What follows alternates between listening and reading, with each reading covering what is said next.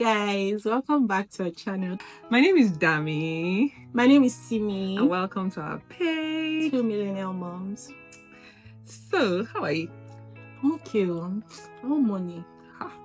Wow. I didn't really mean how are you. It was just a courtesy question. I didn't really want to know how But you are. that's how I am. I need money. Let's get into the topic for today. Okay. So today we're talking about how to know. I mean, this came from one of your friends. Yeah. And he wanted us to talk about something and we thought it was very interesting. And yeah, let's talk about it. Of course, we're not experts. How to know you're ready and how to navigate the first few years of marriage. That's it. That's what we're talking about today. How long have you been married for? 7 years now. Your mates. Put some respect. I've been married for 8 good years. I mean, after the first 5 years, you can be a marriage counselor, right? Yeah, actually. Yeah. 7 years, 8 years. It's not same the difference. same. Trust me. When you get to year 8, I'll tell you how to navigate it. But yeah. Really? Well, okay, so Dami, how did you know that Dami was the one? I mean, your husband. I mean, from all the suitor choices I had, Yes. you know, there are many fishes in this I miss sea. those days. I'm not even going to lie. You know those days how it will be your birthday and you remember now? I will have a lineup of I remember that huge teddy bear. Oh my god, like there's the one from this, and it's not like I was dating all of them. It was, you know, I just had them. You just had a lot of potentials. As well. But I mean, I think that the moment I got serious, every kind of potential just left, and they always know when to leave you. Anyway, so how did I know it was Dami? That Dami was the right person, right? I'm feeling vibes on vibes. Okay, I'm joking. It wasn't vibes.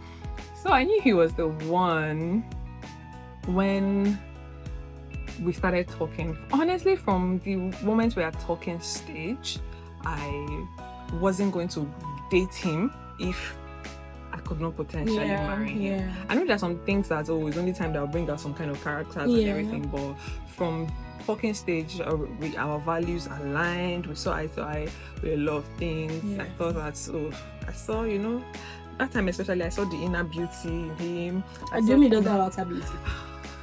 My husband is very handsome. Okay. So, you know, but at the time we were still inner beauty. So there were a lot of things that I thought potential. Yeah, I thought it was from me. I liked his family.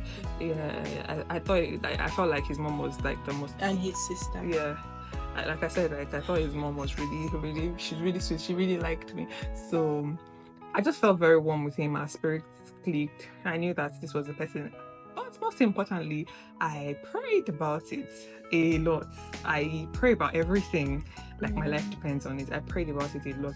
I was that kind of person that I prayed that God, we're not even dating officially. You know, funny how we had already been praying about the people we get married to even when we were like 19, 20. Like we had those conversations back then. We weren't the most serious people, though. Trust me, we're not even serious, but we just knew that we needed to get that one right.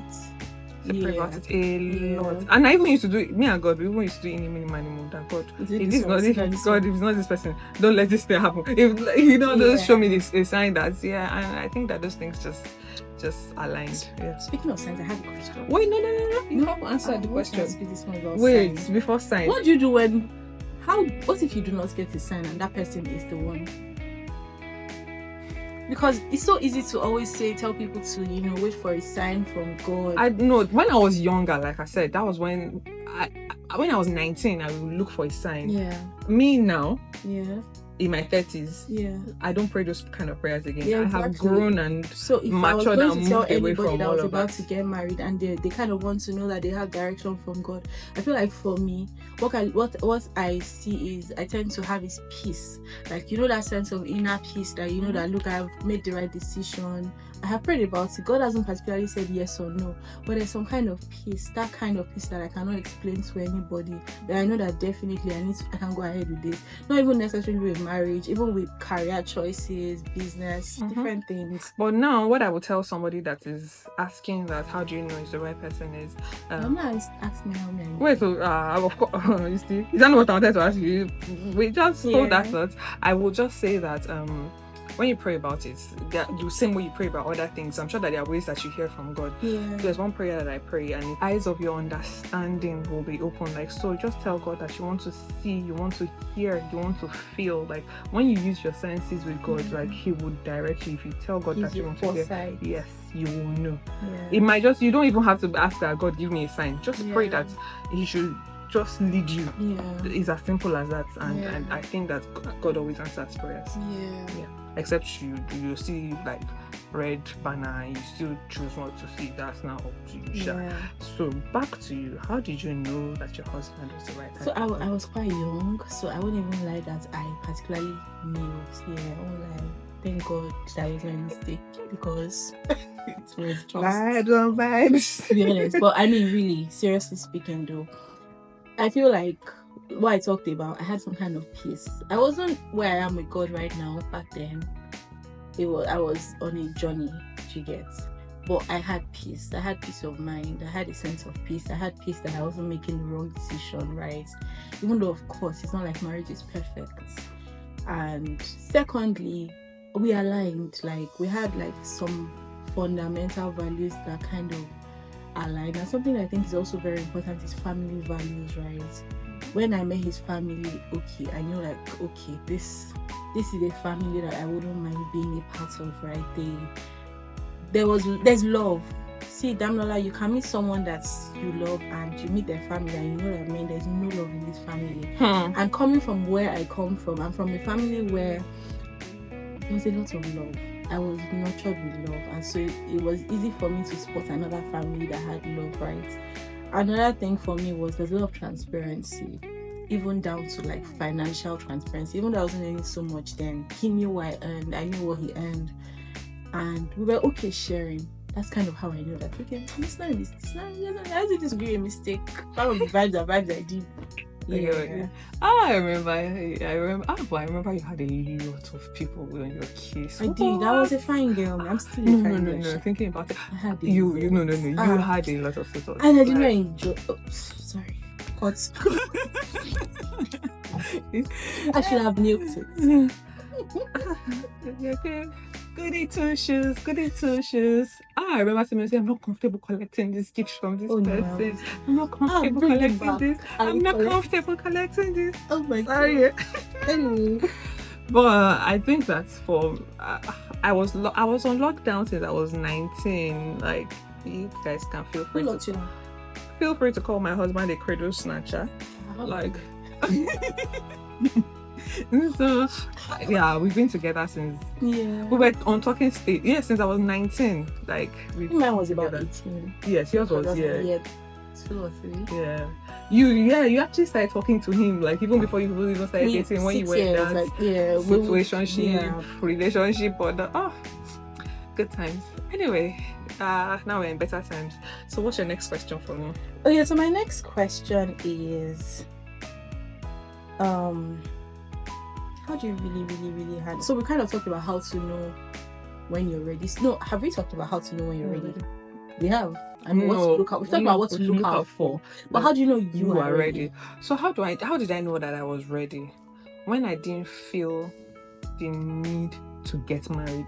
Yeah. Oh God, that's so important. Oh, when I didn't feel the need to get married, I was not under pressure to get married. I didn't feel like, all my friends are getting married, I want to get married. And I had to get to a stage that I was, to a good extent, financially able to stand on my own. Yes. That I wasn't financially dependent on somebody. And then, of course, I wasn't earning a lot. But you were good. Yes. I mean, I earned the same thing I was earning before I got married. After I had my first child, for a long time. So I had to be financially okay first.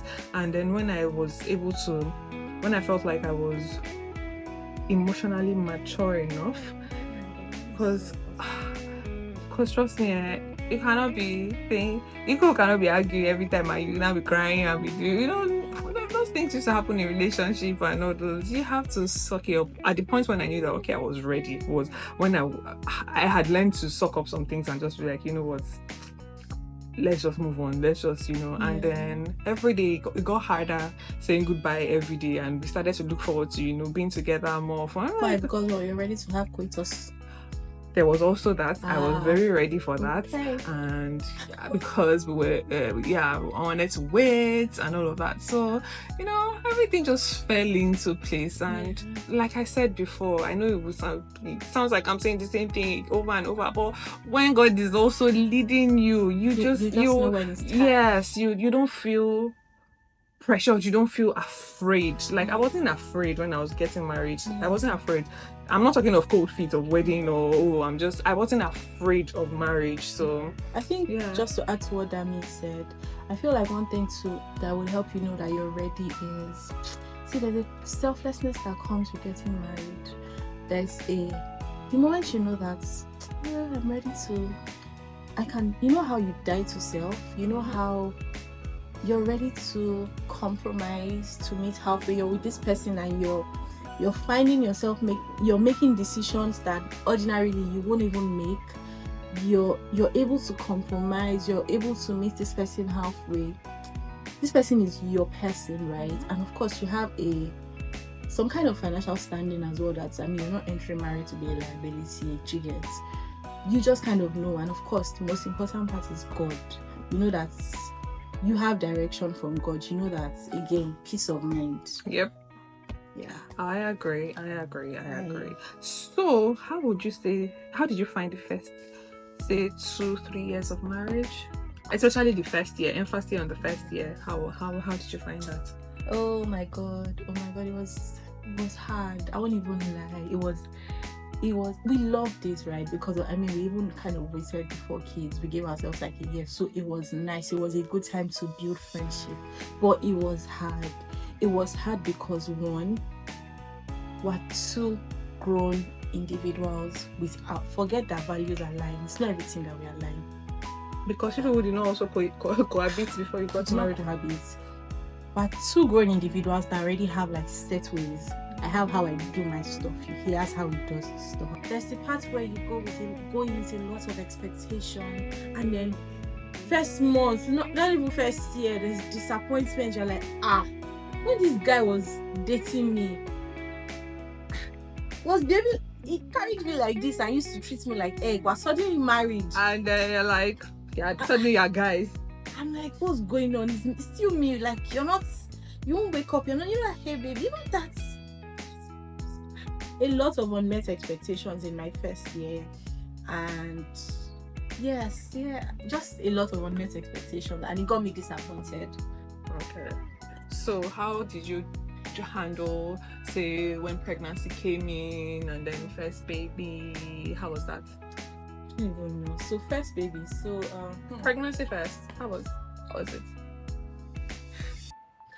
So I think it was a bit easy for me because we had deliberately decided to wait for a year. I think that really helps. So in that space of 1 year, we've kind of found a balance. We found what worked for us, even though we still kind of had issues, but we didn't have like big issues anymore because we're starting to learn how to cohabit. Sorry, something else I want to talk about. Dami, I'm sure you understand. There's also, that space thing. You know how they say you marry, right? Your husband is your best friend, is your all in all, and you forget that this person, before he married you, he had a life, he had friends, he had a life outside of you, and so did you. I struggled with it. So when I married, I felt like I've married this person. We are now one, so we might as well be one through and through. And so he was my all in all. I think that's a big mistake a lot of us make. Even in marriage, they want space, right? We want space. So I struggled with that, and then over time I had to learn that, look, okay, that we're married doesn't mean I cannot be myself again. He cannot have his own friends, he cannot do his own thing.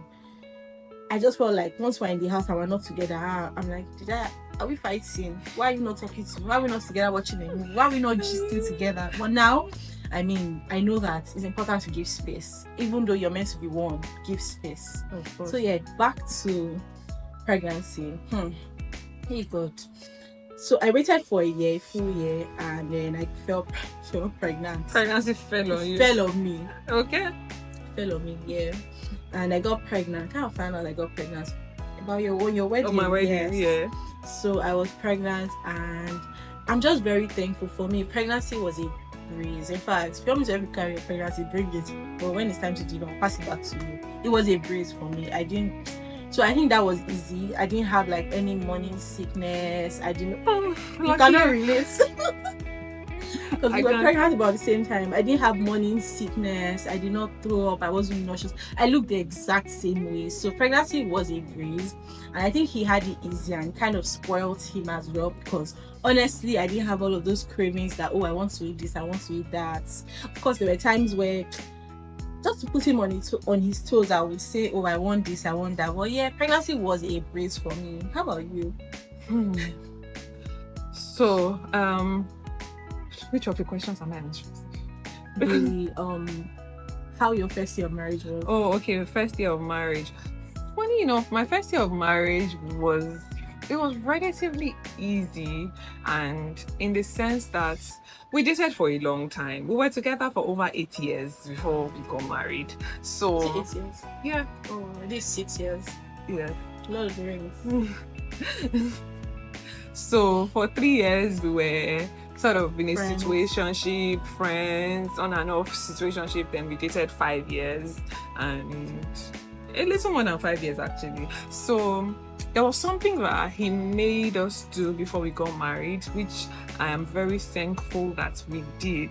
It was a random simple thing. We're just talking one day and he said that, what are your expectations of me when you marry me as a husband? What do you want me to? What do you We have expect? friends in our family. What do you expect of me as a husband?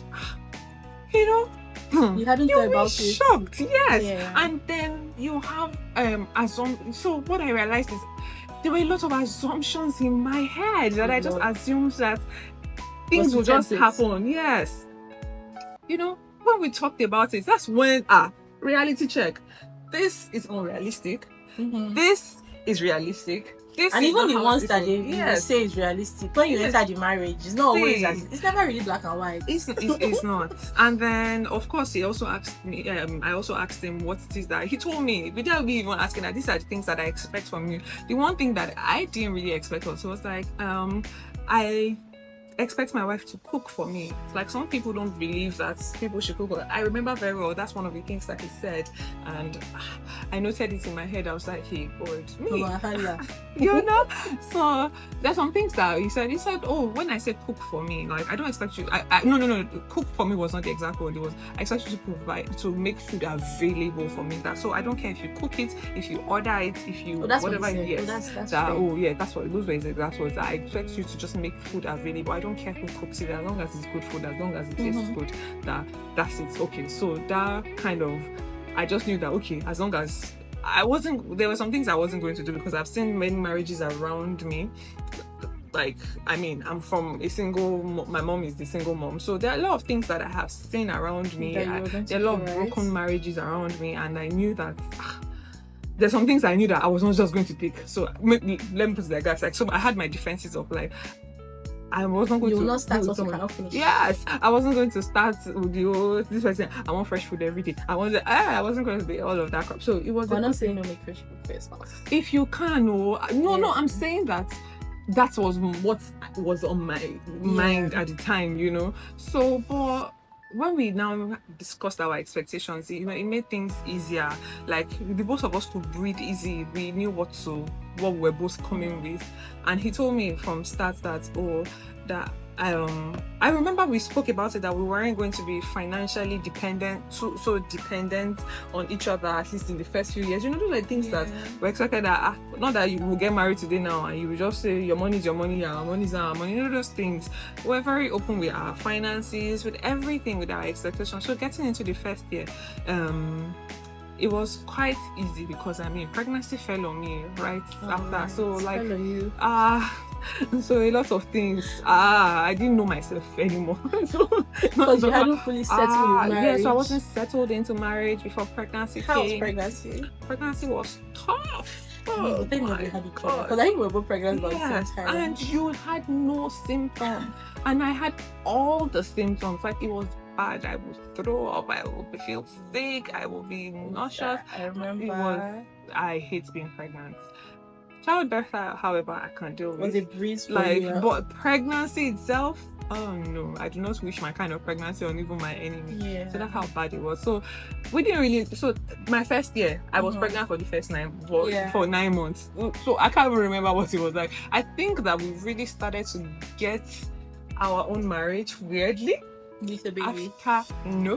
after the second child came, because you know how I was pregnant and I was breastfeeding, like, so I did. Yeah, So it was lot. just a lot that were just going between this, and then I got pregnant right after again. So we didn't have balance. We didn't have anything until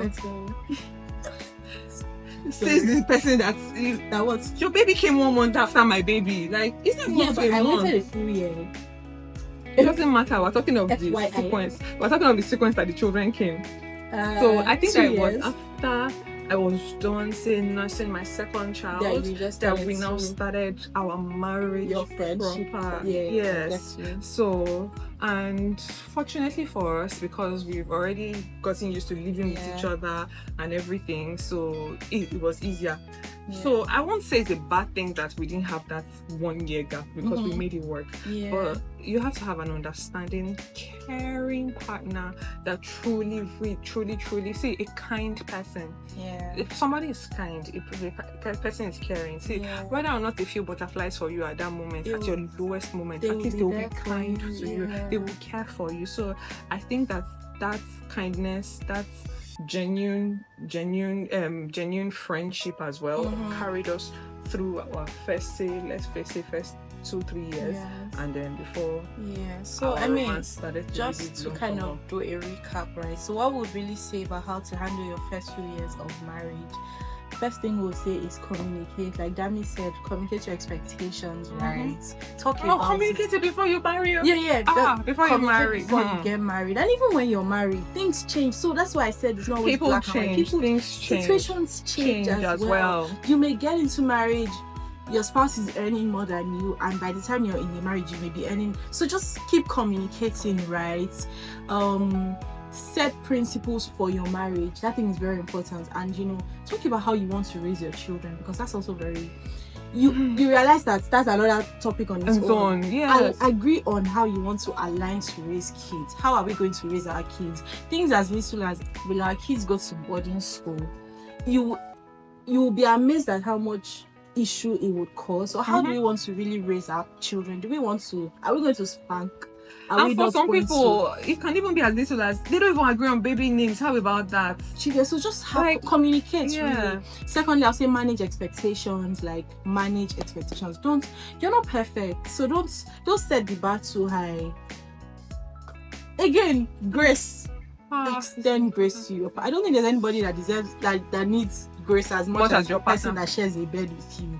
Extend grace to them. It's so hard. Because somebody will press the toothpaste from the top and another person will press it from the middle. Extend grace. See, toilet seats will be up and down. See, just extend grace. Then talk about finances. So in church, my pastor was talking about how in marriage, right, there are the big foxes and little foxes, and how you think that the big foxes are usually the things that end up causing a divorce. That's not true. Little foxes just little things like what you talked about someone pressing from here and not pressing from here, and it's accumulated over time. Just little things, or then just irritating you, something they do that irritates you. So just try to give grace, extend grace. What else? I think you should marry finances as well. Talk about put your cards on your table. You cannot be forming for your spouse. Be very honest and transparent, and have a way to say, have a plan for savings, your investments, all those things. And then know yourself, know your spouse, know in every marriage there's a spender and a saver. Know your strengths financially. I know your weaknesses. It's not a bad thing to be a spender, right? I mean, that's why you have each other as helpmates to kind of to help each other, right? And know that any kind of bad behavior you had noticed before you got married, it will amplified raise to power 100 in marriage, and be sure that you can deal with those it. things. Just be sure you can deal with those things. What else? I will say that you should marry somebody that you like. See, not just the butterflies. There will be days that there won't be butterflies. It's not. Some days your friendship is what will carry you if you actually Most days, actually. like Most the days, person. most days. Like the person. Be able friends to with be them. friends with them. Like the person, because it's when somebody likes you that they can even be kind to you. They can be caring. Yeah. Because if all the person was after is say beauty, handsome, this, would you still like your partner if, God forbid, you have gotten married and the person got involved in a car accident and the person is bound on a wheelchair? Would you still like the person? Yeah. Do you understand? Like, so you actually need to like the person as Christ loved the church, like they say, agape kind of love. And I feel like be open to evolution, right? Be open to the fact that your spouse will evolve. It's not that they've changed. It's just that circumstances and seasons have evolved them into different people. So don't be stuck in. That was not in the cards when we got married. For example, I was a nurse when we got married, and now I want to be a TV presenter. Like, career will change. Different things will change. Yeah. Just be open-minded to those kind of things and be supportive. And be ready to meet each other halfway. You cannot. You die to self, literally. Like, be ready to meet each other halfway. Please forgive before you even. That forgiveness. See, it doesn't even have. It doesn't even have. There's no bound. There's no limit to the amount of times that you will forgive. Even before you get the apology, forgive. You will need that grace, because what I come to realize sometimes when I'm being hard-hearted, I always remember that I'm going to need that grace as well. I'm going to need the forgiveness at some point, because I will mess up too. So. And of course, most important thing is to have Christ at the center of your home. Yep. You cannot see it's. I mean, Bible says a threefold cord cannot be easily broken. You cannot do it on your own. You cannot wing marriage. You need God. I mean, you need somebody you believe in, and in my case, it's Jesus, right? I need Jesus at the center of my marriage, and we need that foundation. You need that Christ foundation. That's the only thing. Like, a wise man builds his house on a solid ground, right? So you need God as a foundation. Invite God into your marriage from the very start of it, because when it gets rocky and shaky, it's God that will come through for you. It's God that will keep you going. On that note, I think we're done. Yes, please invest in yourself. Your spouse is not your alpha and omega at the beginning and the end. Still have friends. Have friends. Fun, go out, evolve, go for dates. When you become a mommy, do other things with yourself, please. Okay. Very important. Thank you guys for watching us today. Bye.